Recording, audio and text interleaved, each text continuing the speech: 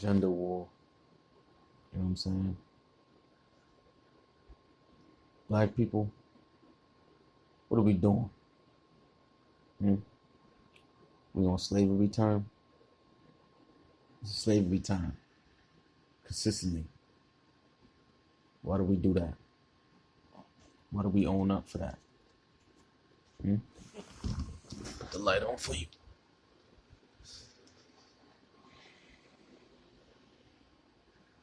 Got my projector on. Just chilling.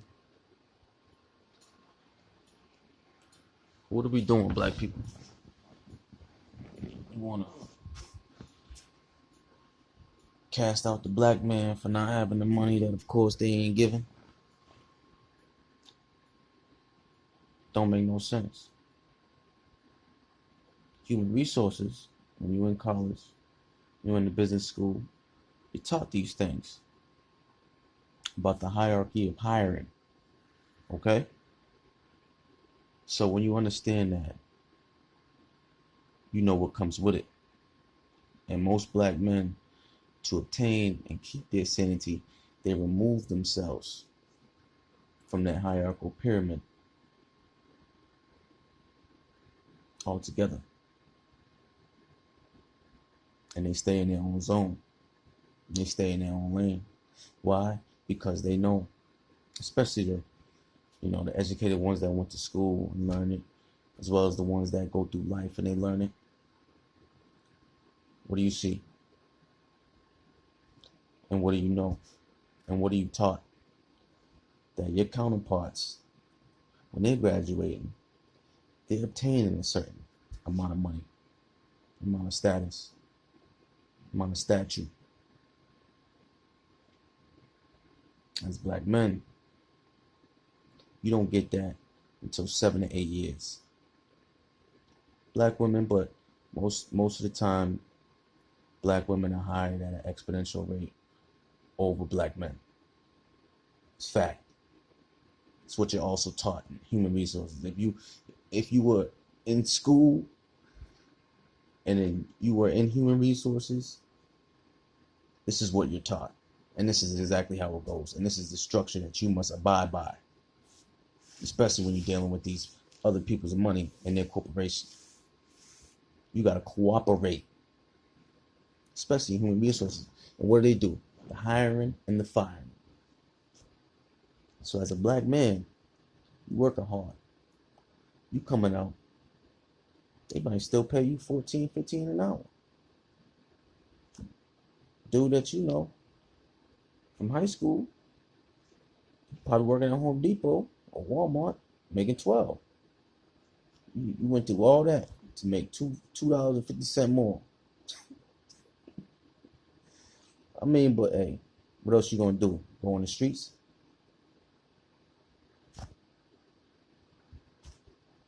It's out the streets of school, SAS. Lock you up. We're taught that. You ain't in school, lock them up. Have the parents come get them. You ain't in school, most of the time you're probably doing something and your parents don't know about. So, you in school. Or you in the streets. Whichever way you want to look at it. But back to my topic. As a black man, when you go through these accomplishments, these tasks, and you solve problems, but the problem still is that carrot, you chasing, you can't even bite the carrot. You just running, you can't bite it. So by the time 7 or 8 years go by, your counterparts who started out with 50 something, like 50K, 70K, some of them 90K, 7 years go by, you're now being introduced. Why? Because that is the program. You're now being introduced to 40K, 50K, 60K. If you had the opportunity to have that offer right out of college, that's dope. Some people don't see it like that. Some people see it as, forget about it. So now here you are, going in your 30s, still looking for that. Can't even bite the carrot. And you finally get the carrot, the other person that they're tallying you against, that they're looking at, and they're trying to add up the score, and they looking at it like, this age, well, this person's well off, this person's not. Well, obviously it's something you ain't doing. Are we stupid? And I'm talking to the women now. Are we stupid? Do you not know the world you living in? But nah, niggas come together and sing kumbaya because they feel they want to elicit some action towards police officers as they're taking action against us. Yeah, we get action taken all over. But you stressing out a lot of the men who are also getting it all over.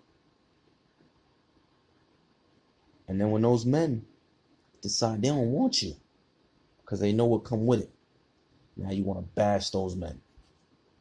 It's too much. And now it becomes a gender war. Black men versus black women versus black men. It's the stupidest thing on the plantation. Oh, who's gonna stroke master the best for some money and then come back and brag and say, I got it.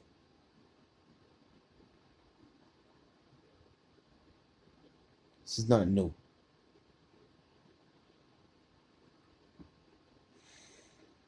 When you talk about these things, y'all, this cancel culture is new to y'all. It's new to y'all. But it's been very familiar to me. Very familiar. From when my beard started growing out. And I ain't had that clean face, that poster boy face anymore. Oh, I mean, it's still there. But nah, they want you to what? Play by the rules? The rules of what? Play by what rules? Whose rules? And now you're trying to act like, just forget about it. So when you're speaking about your culture and about your pain and about your aggravated assault, people just keeping food from you, and you being creative and finding solutions around that.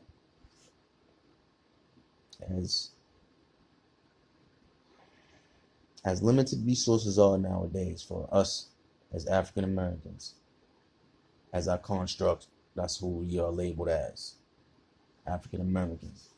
But as melanated people, with limited resources, this is what we on. Now, of course, there needs to be some structure.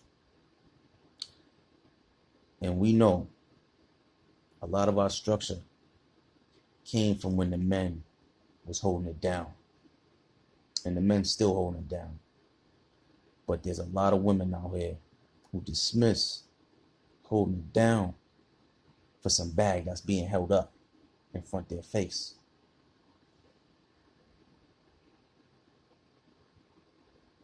And if they're the leaders, and we have to follow that, then you know exactly where our culture is at right now. And you know exactly why we're going through the things that we're going through right now as a people. From when that man was being buck broken in front of his family, raped by slave masters and slave masters. Dignity, respect, manhood, all being taken away. Strength of a man, still going. Is he not a man? For being resilient, for facing adversity, for powering through? But nah, demonize that man. for something he has no control over. But meanwhile, you expect a parade for some of the foolishness that you were putting out and that you were thinking and that you want to exert and build and fester and cultivate in the young of our children. So the cycle continues. A lot of black men feel the same exact way. And a lot of us don't even got time to be playing the game. So you won't see us out here scamming. You won't see us out here at the strip club throwing money.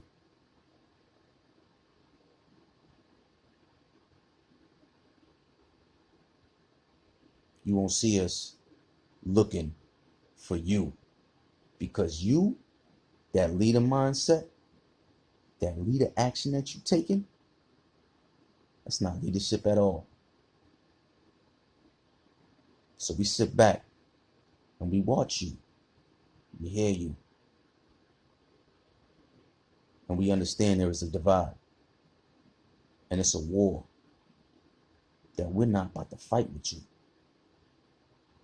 We're going to speak these terms and we're going to keep making our decision and face adversity, whether you're there or you're not.